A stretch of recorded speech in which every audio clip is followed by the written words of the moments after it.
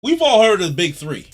We know what the big three is. It's basically the foundational anime of our community. When you're thinking about Naruto, when you're thinking about Bleach, when you're thinking about One Piece, even when you're thinking about Dragon Ball Z, Yu Yu Hakusho, and many other manga, you're thinking about what is it that I grew up with in my childhood? What are the series that made me sit down at Saturday morning with a bowl of cereal and I'm excited to hear the weird One Piece rap? Or I'm here to hear Naruto say believe it. Or I'm here to listen to Ichigo's Now You Think I'm Number One. These are the things that brought us together. These are the things that made us anime fans. And now these three, One Piece, Bleach, and Naruto, are now notoriously known as the big three. One Piece aired in the USA in September 18, 2004. And then Naruto aired in 2005, and then Bleach in 2006. So One Piece is the first thing that really made it into the USA, but it didn't really get popular at the time. It was really Naruto that really was the flagship. Bleach was behind it because it had the adult appeal. So when you watch Bleach, you kind of felt cool, you kind of felt a little rugged. But then One Piece and the manga at the time was just hitting Marineford, so it was just starting to peak. So as it's coming back around, and One Piece starts to hit Toonami after the whole 4Kids Mickey. Zolo! What's all that noise? Sanji's lollipop. I want to find out what he's always slurping on. Sanji's not gonna like that! Then don't tell him. Then you're getting the big three, right? The big three are established early 2000s, and you just see them take off, right? You get Marineford in the anime, and you're getting like Sasuke Retrieval, Chunin Exams, Soul Society, Aizen, Bankai. You're getting all this stuff, right? So you're just getting a big pool of this anime. And then one thinks, right? One of the biggest appeals, you got the hype fights and flashiness of Bleach. And you've got the world building and the nice, cool worlds that Oda draws in One Piece and the sad, emotional moments that really pull in your heartstrings. And then with Naruto, you got the choreography, but you got the sad backstory and the anime flutes and Naruto's talk no jutsu. You got something iconic with all three of them. But then there should have been a fourth. There should have been one after these that should have either taken the mantle or joined these three to create a big four. And you're asking, what manga could that have been? Now, it's this manga that came out in 2008 that was pushed by Shueisha that had a lot of the ingredients to be part of the big four. A lot of the things that I mentioned, it had it similarly as well, but it didn't exactly go to plan. So what could have that anime been? I'm going to tell you guys soon, and we just need someone to take the case and understand, how did Toriko not make the big four? That's a great question. And I think I have the answer to this case.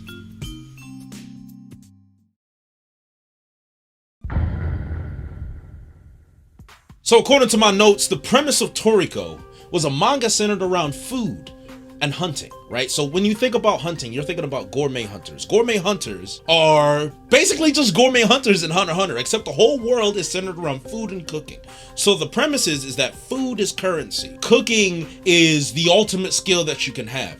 Think about you're waking up, oh my God, I am a middle-class citizen. You're going to be able to eat C to B tier ingredients and have a good life. And the more you can contribute to food and the food world in general, the more higher class you are. So then you're thinking about like the Hollywood people, the one who are one percenters. They're eating the rare ingredients that the gourmet hunters are going out to catch, right? So this is the world that we're talking about here. So when you're thinking about the premise, you're thinking about, okay, so what is the drive of the world? What is the theme? The theme is basically food. The joy of food, the endless wonder of ingredients and combinations and cooking and all kinds of different things that you can discover. Now, as a manga reader, you would think, why is this gonna hook me? Why is this so interesting? Now, this is where things get interesting, because when you're thinking about the big three, as we studied before, the big three have a lot of things that make a great manga. You have an iconic MC. You have an interesting story, an interesting plot. You have a great power system. You got good world building. And then you obviously have aura farming. You have the hype. You have the scenes, right? You got the fights. You got all kinds, because this is battle shonen at the end of the day. So you're thinking, well, what does Toriko have? So Toriko has, let's talk about the power system, for example. It has this concept of gourmet cells. And when you're thinking about chakra, you're thinking about ki and Dragon Ball. When you're thinking about devil fruits and hockey and One Piece and Bleach, you're thinking about Ryatsu. Gourmet cells are very similar. Now, there are only certain individuals that have these gourmet cells, but it's basically the higher quality food that you eat, the more your gourmet cells are powered. So when you're powered up, more and more, you're able to do crazier feats, right? The stronger you get, the bigger you get, the more masculine you get out of nowhere. And by masculine, I mean your just muscles are bulging. You look like a giant JoJo character. I mean, the designs of these guys are ridiculous, because if you like JoJo builds, Toriko is just JoJo builds on steroids. That's really what it is. And then you have the aura farming. Now you're just like, well, how are we going to aura farm in Toriko? You're thinking about power levels in Dragon Ball Z. You're thinking about the crazy Logia devil fruits in One Piece. And you're thinking about, okay, chakra levels. Now, chakra eventually became irrelevant in Naruto, but you're thinking about Jonin, and you're thinking about the Hokage, and you're thinking about these ancient villains, and in Bleach, it's like Ryatsu level, right? Everything's shaking, the spirit pressure, like, oh my god, oh, Aizen's here, ah! It's similar with capture levels, but these capture levels are for the ingredients, aka the animals, or sometimes the plants. Capture levels vary. They vary from the difficulty to catch to the actual strength of the animal that you're trying to capture. So for a concept, you're thinking of an animal that has a capture level of like 10 in the early stage of Toriko, which is, wow, this is amazing. 10? Oh my god. And then you going up and you keep going up to a higher level. Oh my god, 100. You get to levels where you're hitting 1,000, 3,000, and then you're hitting Dragon Ball Z levels where they just start getting planetary and people are skipping mountains across the water and everything. It gets wild. It gets wild. So like the whole concept and the premise of Toriko gets interesting, because then you have the MC. We'll get to that in the analysis, but Toriko is very similar to Naruto as well. But then you have the creatures and ingredients. You have things in the human world, because there's a split. You have the human world and you have the gourmet world. Similar to like the New World in One Piece, the Dark Continent, right? You have that split. And in the human world, you have interesting things like the Regal Mammoth, Puffer Whale, but then you get to the gourmet world and you're talking about the 8 Kings. And if you've read Toriko already, you know the 8 Kings. You know Bambina, right? You know Guinness, right? You know what I'm saying? Mother Snake, right? You're getting into the real big nasties, right? You're getting excited. You're like, oh, okay. You're like, yeah, right? So these are the details that go on in Toriko. These are the things that like open your mind, and you have the whole plot, the concept, right? We're trying to get our full course. You're a gourmet hunter and you're trying to get the best ingredients that work with your gourmet cells the most, so you can share your full course with the world. The full course is basically like your One Piece, right? You got your hors d'oeuvres, your salad dish, meat dish, fish dish, all that stuff. So think about an 8-course meal. The ultimate 8-course meal is this guy Acacia, who is like the overarching, the Madara, the Aizen, the Soul King type of person, the overarching figure of the story. And you're trying to eventually figure out how to get his full course meal, because his full course meal is kind of what set the gourmet world alight. It's really what pushed everything forward. So that's the premise of it. And the tone of it, you're thinking extra, over the top, flashy, crazy fights. You're having like unique attacks. The fact that the little guy, the cooks, they have their own flash to it as well. Like, oh my god, he's able to chop his knife at a crazy speed, or he's able to cut things by millimeters. And there's so many different nuances and ways to be cool and strong in Toriko that makes it such an expansive universe that also follows the same formula as the big three. But let's get into the analysis and understand, like, what are the more refined details of Toriko that make it such a good manga?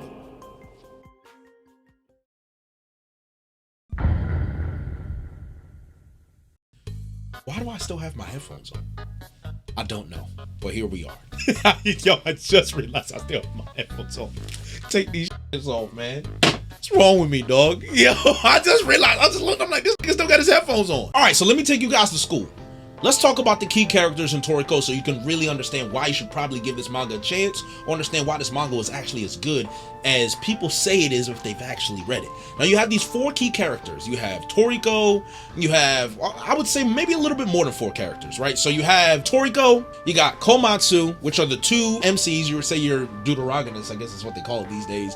And then you have the 4 Kings, right? The 4 Kings is Toriko, Sunny, Zebra, and Coco, right? These are your main cast. These are like your Team 7. This is like your Straw Hats. This is like your Rukia, Renji, Chad, Orihime, Ishida, all of that, right? These are your main cast, right? And the cool thing about it is that Toriko is everything that you'd want in your MC, and at least in your shonen MC. Heart of gold, driven, very much like Luffy and Goku, in a sense that they're almost oblivious to the world around them because they're so focused on one thing, and that's getting stronger. That's finding the most unique ingredients, you know, sharing their food with the world. They have a big goal, but they're so focused and they're driven, right? But they're also really strong. They care about their friends. They love their friends. Your textbook shonen MC, right? And he's got the aura farming. He's got a signature move. It's called Kugi Punch. If you've watched Toriko or read Toriko, you know Kugi Punch, right? It's cold, right? Very very good ore farming. With Komatsu, he's your textbook side MC that's a little bit useless in a sense. Not useless, but he's just not strong. But he makes up for that lack of strength with his incredible talent as a cook.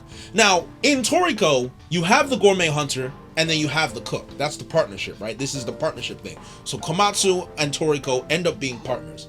And it's also the case of one is a genius, but Komatsu doesn't think he's a genius until he moves on, and you slowly see throughout his journey, oh, this guy actually is like that, and he becomes like that. So the guy that doesn't have the power ends up getting his shine in a nice, natural way that you really enjoy. And then you get into the four kings, and they all have their unique quirks. You know, you have the really flashy prima donna Sunny, and you have the edgy, I'm gonna destroy everybody, don't get cocky punk Zebra, and then you have Coco, the kind of chill guy that balances everything, right? Now all have their unique powers and their gourmet cells, so you have a lot of different fights with them, which is really cool. And then you have Acacia, which is like the main focus, like his journey is like the main focus of the entire story of Toriko, and like the main villains that you're gonna see throughout the story, which are the Nitro, right? These are the interesting dynamics and characters that you should be into, because at the end of the day, we're analyzing why Toriko was good, but at the end of the day, it didn't fail. And I'll leave that to the detective to explain to you why it didn't fail. But these are the good things. These are the things that should pique your interest and make you think, you know, I should read this. But there's a lot more to Toriko, and I'd say the main appeal, and I'm bringing this chain out because we gotta get a little ratty. The main appeal is the hype. It's the ore farming. It's the ridiculous power levels. It's like, bro, it's basically Dragon Ball Z. Toriko is basically Dragon Ball Z with food. And the food act like Cell and Frieza and all kinds of crazy stuff. You have your villains, but the fights that you have, right, you're thinking about arcs, right? All the big three have their arcs. They have the Soul Society, you got Marine Ford, you got Chunin exams, Sasuke retrieval, you got those big arcs, right? And then you have the Cooking Festival. The Cooking Festival is one of the most epic, eye-opening arcs that you'll ever see. It's literally just nothing but ridiculous feat after ridiculous feat. So much so, the whole world stopped for 1 second. I'm not gonna say what happens or what causes it. When I say the entire earth stops for 1 second, it literally happens. And for them that have read Toriko, you know who I'm talking about. You talk about Grandmaster Jiro. Hey, they don't know about Grandmaster. I ain't gonna tell you about Grandmaster. Y'all just read the manga. Y'all gotta... Whoo, boy, you don't know about Grandmaster Jiro. Anywho, Toriko, it just gets more and more ridiculous. And you know, one of the things that we enjoy, like think about One Piece and you're thinking about the New World. The Grand Line, it's serious. Everyone's scared, like, hey man, you better be careful, the Grand Line is wild.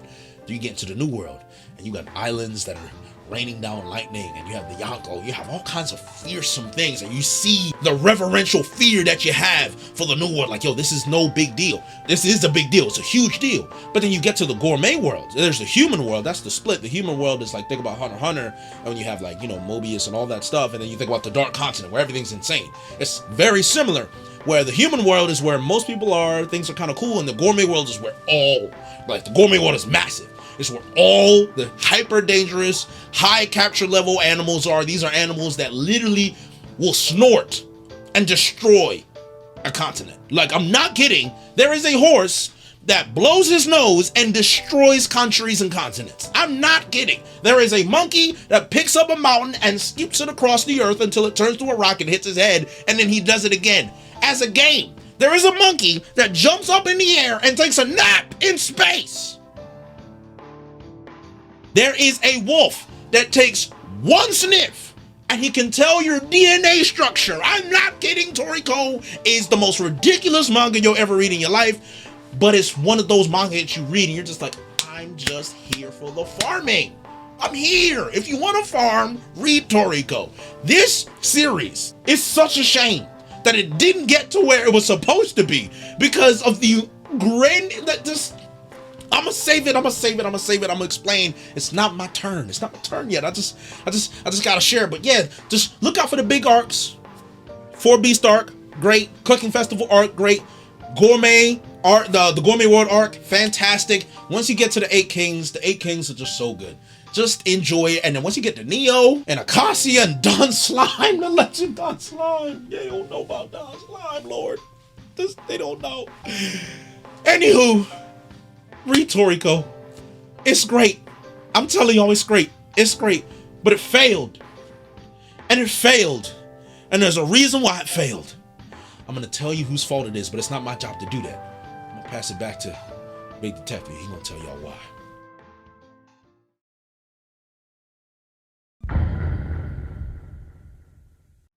I hate to do this, but I gotta let you guys know. So,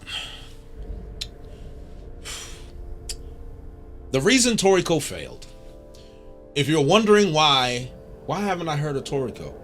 Why do people tell me that the anime is trash? Why do people tell me that Toriko is not worth reading? That's because Toriko started after the big three had been established in the USA, because the manga had started in 2008. And then from 2011 to 2014, Shueisha and Toei had this push where they wanted to push Toriko as next up. As Bleach was starting to die down in 2011, they wanted to push Toriko to replace it so they could have their own unique version of the big three. You know, you're thinking about LeBron, Steph Curry, Durant, and you're trying to push Jason Tatum and all these new guys. For all my NBA guys out there, that's the concept. And it was just not good. They just pushed it in your face and they were like, hey guys, look at Toriko with Goku. And then, hey guys, look at Toriko with Luffy. And look at Toriko, and everyone's like, what is this? And like cooking and food, and why do I care about the food with Goku and Toriko and Luffy? Why do I care about that? Because the marketing was cheesy. The marketing was corny and it didn't hit. And I remember watching One Piece and watching Dragon Ball Z and seeing like Toriko with it, and I'm just like, this just looks whack. Like, what is this? Like, why do I want to watch this, right? And I know it's funny, our homeboy over there just spent all that time building up why Toriko is so lit, but you have to understand what was being pushed to the main audience in the US, where it's just like, guys, like, this not hitting. Like, you're really trying to tell me this is great, but I'd rather find out it's great than you start doing Mickey crossovers to make me feel like I really want to watch Toriko, when at the end of the day, I don't really want to. And then, you know how Toei works. Toriko is a very bloody, violent manga. It's similar to Bleach. People are losing limbs, people are biting faces off. It's wild. But because Toei censored the heck out of it, people are getting turned off. Remember how Terraformers turned out? Terraformers is one of the most gruesome manga we have out there. Once it came to Crunchyroll, the censorship was terrible. We know how bad censorship can be. If something is bloody, you can't just put a black screen in front of it. You can't just take everything out. It does not work that way. And that all served to hurt the anime. The crossovers hurt the anime. And then think about Kingdom as well, and how Kingdom is such a world-renowned manga, but the anime fell so flat that in the West, Kingdom is almost unheard of, but it's still going strong, and it's still good, by the way. So think about what bad marketing can really do for a series that really should have been more well received. So then as you move on, the West was already like, I'm good on Toriko. And in the East, because it's not making the profit that they're expecting in the West, now they're going to start rushing the series. And for those that read the manga, that loved it, people that reviewed it, people that actually read Toriko, were like, yo, Toriko's great, we love Toriko, it's awesome. But because it didn't profit in the West, then they had to push the mangaka to rush the ending. So then Toriko had a rushed ending, and we've all seen stories that have rushed endings. When you look at Bleach, the ending was rushed, so the quality died down as it went on. Even with Naruto, Kishimoto, who even said it, sometimes Shueisha and Toei, they kind of want to push things. They want to push things like, hey man, like, we gotta wrap this up. Even Oda's felt rushed from time to time. Now, luckily, Oda and Togashi are the guys that can really like get away with that and not really get rushed. Jujutsu Kaisen kind of was a little rushed as well. So it's a common theme that you see within the manga industry and with the Shonen Jump. So Toriko, you have this whole cataclysm of bad marketing. Because of the bad marketing, not well received in the West, and then you have the ending that ended up being rushed. Toriko, at the end of the day, was a case of failed potential because it had all the ingredients to be a big manga. It had the ingredients to be a great anime. It had the right arcs, it had the right ore farming, it had the right characters, but at the end of the day, the execution is what ultimately failed. And that is a tragedy, because at the end of the day, it shouldn't have been a big three. It should have been a big four.